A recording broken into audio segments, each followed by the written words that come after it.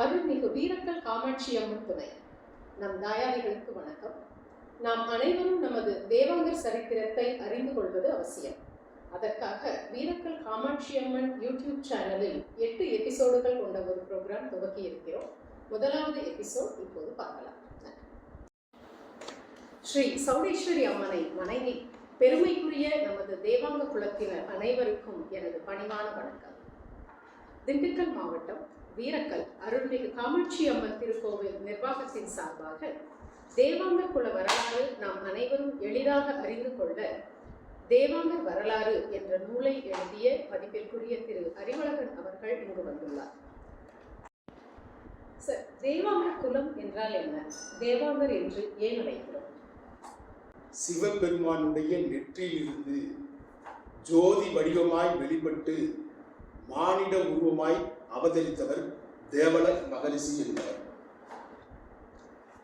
அவரைத்தான் பின்னர் புராணங்களில் தேவாங்கர் என்று அழைக்கப்படுகிறது.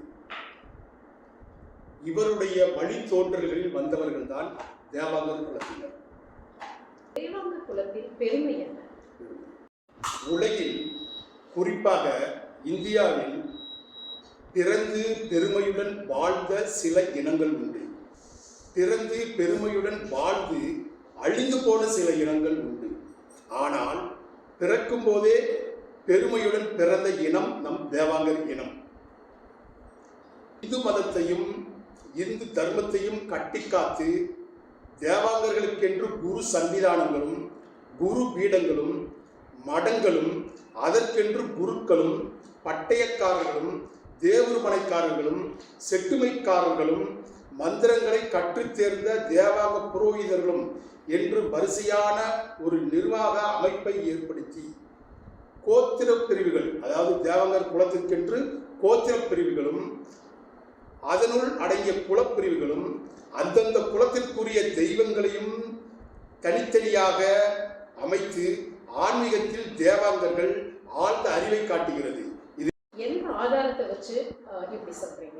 வேதங்கள், இதிகாசங்கள், புராணங்கள் ஆகியவற்றில் இடம்பெற்ற குலம் நம் தேவாங்கர் குலம். தேவாங்கர் குலத்தின் மேன்மையை வேதங்கள் பெரிதும் போற்றுகின்றன. தேவாங்கர் குலம் உலகிற்கு செய்த உதவியை உபனிஷத்துக்கள், புராணங்கள் ஆகியன நெஞ்சார பாராட்டுகின்றன. வேத வியாசரால் தொகுக்கப்பட்ட அந்த ரிக்வேதத்தில் உள்ள பிரம்மாண்ட புராணமாகட்டும், சாம வேதமாகட்டும், அதர்வண வேதமாகட்டும், தர்மநீதி என்று சொல்லப்படுகின்ற தர்மசாஸ்திர நூல்களாகட்டும், நாரத சங்கீதை, விவேக சிந்து, பகவத்கீதை போன்ற நூல்களிலெல்லாம் தேவாங்கருடைய புராணத்தை பற்றியும் தேவலருடைய பகுதியை பற்றியும் நிறைய ஆதாரங்கள், குறிப்புகள் உள்ளன. தேவாங்கர் என்பது நான் ஏற்கனவே சொன்னேன், தேவாலர் மகரிஷி என்றவர்தான் தேவாங்கர் என்று. இந்தியாவில் நம் தேவாங்கர் குலத்தில் தேவாங்கருடைய என்ற பெயர் ஆரம்பத்தில் தேவலர் மகரிஷி, பிறகு தேவாங்கர், அதையே தேவாங்கன், தேவாங்கா, ஜேண்டர், ஜேண்டா, ஜேன்று, சேடர், மக்கதவரு, நெய்யதவரு, வடகல் சீமைக்காரர், ஏன் ஒரிசாவில் தேராஸ் என்றும், மகாராஷ்டிரா பூனேவில் கோஸ்டா, கோஷ்டி என்று பல பெயர்களால் நம் தேவாங்கர்கள் அழைக்கப்படுகிறார்கள்.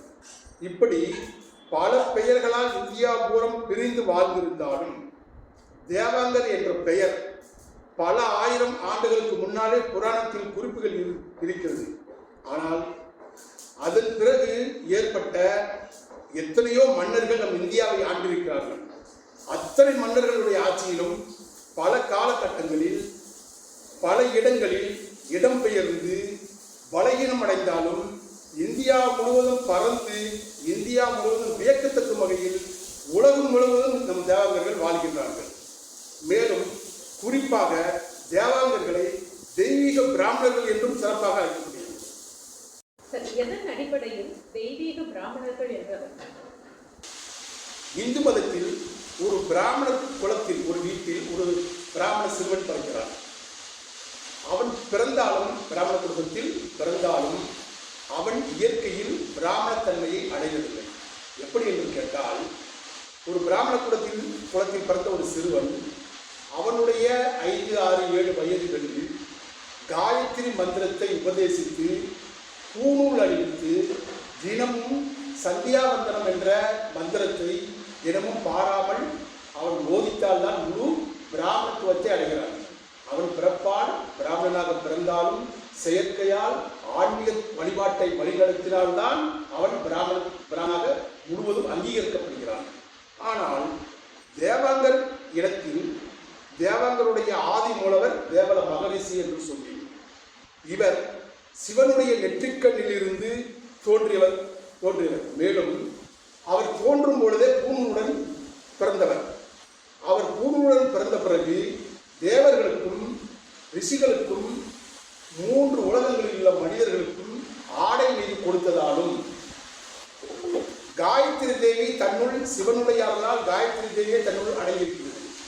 அதனால் அவர் மந்திரத்தை உபதேசித்து பூணூலை அணிவிக்கும் அந்த தெய்வீகத்தன்மை தேவனுடைய மகரிஷிக்கு வந்திருக்கிறது. ஆகவே அவர் அந்த ஆடைகள் மீது கொடுத்ததாலும் பூணூலை அணிவிக்கும் அந்த தெய்வீகத்தன்மையை தன் உடலில் அந்த சக்தியை சிவனுடைய அருளால் பெற்றதாலும் அவரை புராணங்களில் சூத்திரகர்த்தன் என்று அவரை அழைத்து பேசப்படுகிறது. 2 மேலும் தேவாங்கர் குலத்தில் பல கோத்திரங்கள் இருக்கின்றன. ஆனால் மற்ற இனத்தாரின் கோத்திரங்கள் எப்படி என்று கேட்டால் அந்தந்த கோத்திரத்தினுடைய ரிஷிகள் இருக்கிறார்கள் இல்லையா, அவர்களுக்கு பிறந்து வழித்தோன்றல் வந்தவர் தான் மற்ற குலத்தினர். ஆனால் தேவலர் பிறப்பால் யோனி பிறப்பால் பிறந்தவர் அல்ல. அவர் பூணுடன் பிறந்தவர். இவர் தினமும் சந்தியாவந்தனத்தை பாராமல் சொல்ல வேண்டிய அவசியம் இல்லை.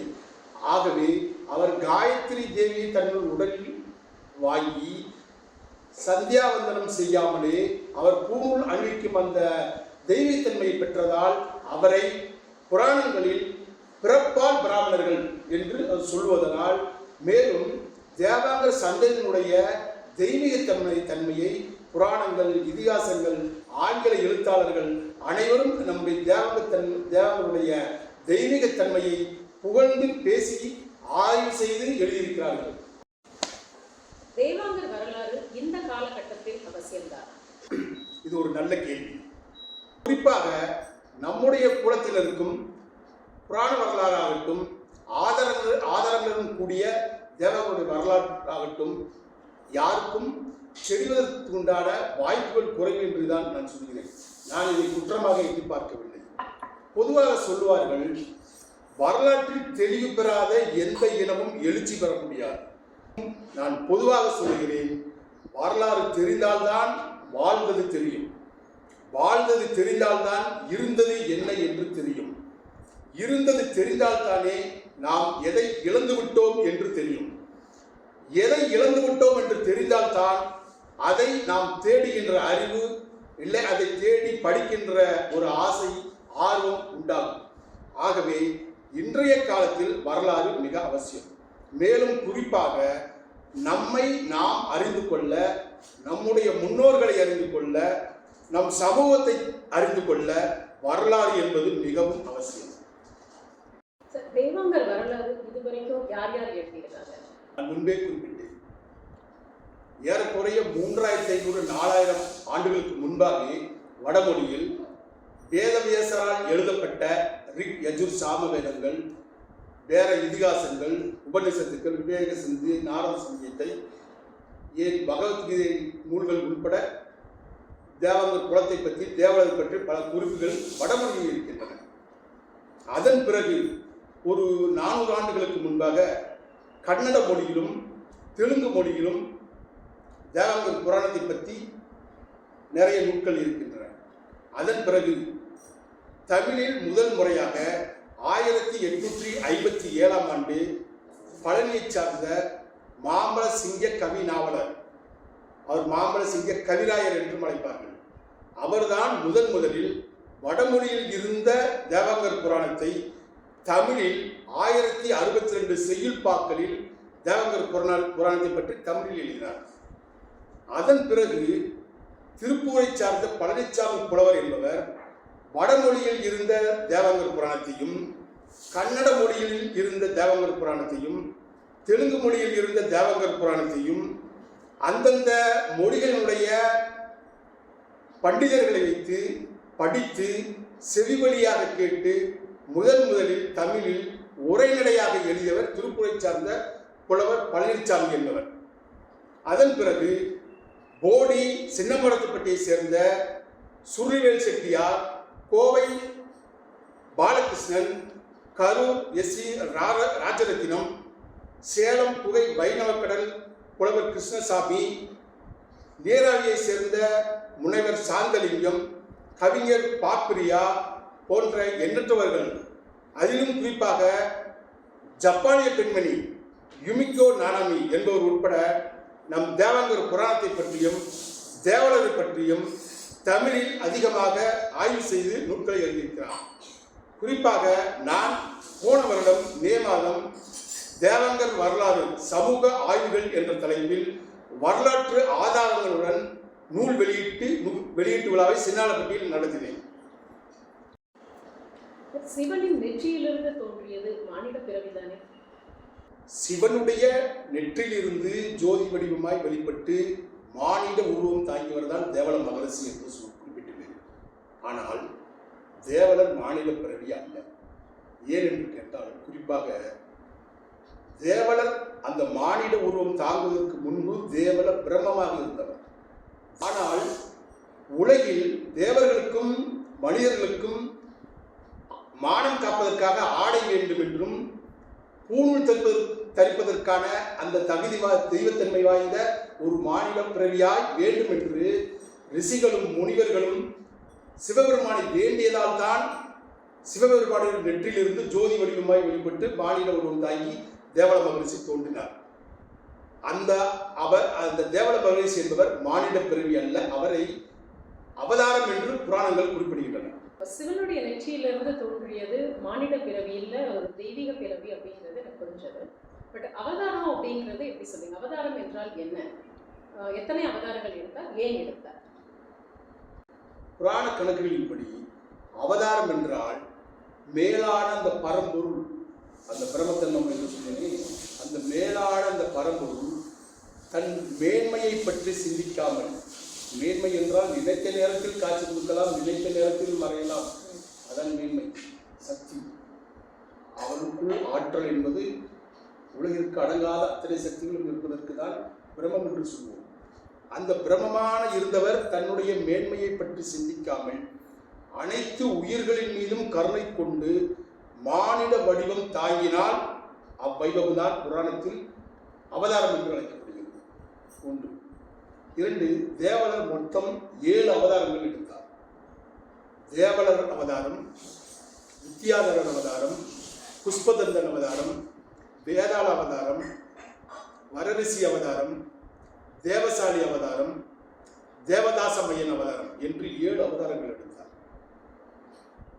ஒரு அவதாரம் எடுத்தால் இந்த உலகிற்கு பத்தாதா? ஏன் 7 அவதாரங்கள் எடுக்க வேண்டும்? இந்து தர்மத்தில் வைதிக அந்த தர்மத்தை எல்லாம் காப்பதற்காகவும், பரோபகாரியாய், அதாவது பிறருக்கு அனைத்து உயிர்களுக்கும் உதவி செய்ய வேண்டும் என்பதற்காகவும், மேலும் பல தேவர்கள் பல ரிஷிகளுடைய சாபங்களால் எத்தனையோ ரிஷிகள் சபிக்கப்பட்டு அவர்களது பாவம் நீங்குவதற்காகவும் நம் தேவலர் அவதாரம் அந்த 7 அவதாரங்கள் எடுக்கிறார். மேலும் குறிப்பாக தேவர்களுக்கும் ரிஷிகளுக்கும் 3 உலகில் உள்ள மனிதர்களுக்கும் மானம் காப்பதற்காக ஆடைகள் நெய்வது கொடுப்பதற்காகவும் 7 அவதாரங்கள் எடுத்தார் என்று புராண கணக்குகள் குறிப்பிடுகின்றன. இதுவரை தேவாங்கர் குலத்தை பற்றியும் தேவாங்கர் குலத்தின் பெருமைகளை பற்றியும் தெய்வீக பிராமணர்கள் என்று ஏன் அழைத்தார்கள் என்பதையும் தெளிவாக தெரிந்து கொண்டோம். இனி வரும் பகுதியில் தேவாங்கர் குலத்தின் 7 அவதாரங்கள் பற்றி பேசி தெரிந்து கொள்வோம். இந்த வீடியோ உங்களுக்கு பிடித்திருந்தால் லைக் செய்யவும், ஷேர் செய்யவும், சப்ஸ்கிரைப் செய்யவும். நன்றி.